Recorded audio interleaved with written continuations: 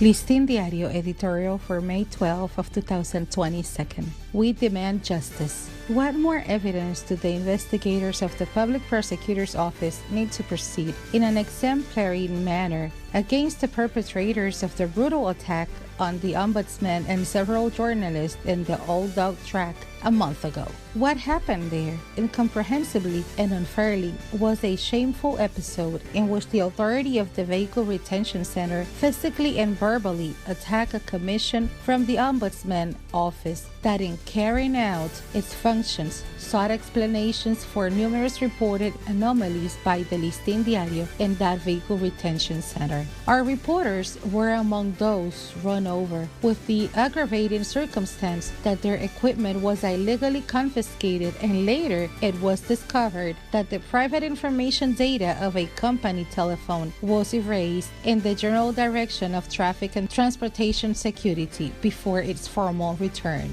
This single act, which constitutes a frank and inadmissible violation of the law on electronic crimes, has still not penalized the guilty parties, despite the fact that all the preliminaries of the outrage were recorded on videos and recordings, because they occurred in front of many people. Since this is an episode in which there is also an attack on freedom of the press, enshrined in the Constitution and the laws, it is inexplicable that a month after it occurred, society has not the slightest idea of the course of the demands filed before the justice by the Ombudsman himself and the CDN television channel, direct victims of the beatings, insults, and shoves of the agents who guard the Vehicle Retention Center. Outside the specific point of that attacks, it remains to be seen how far the investigations into the operations of a kind of mafia that negotiated with the stolen parts and confiscated vehicles that would have returned to the old track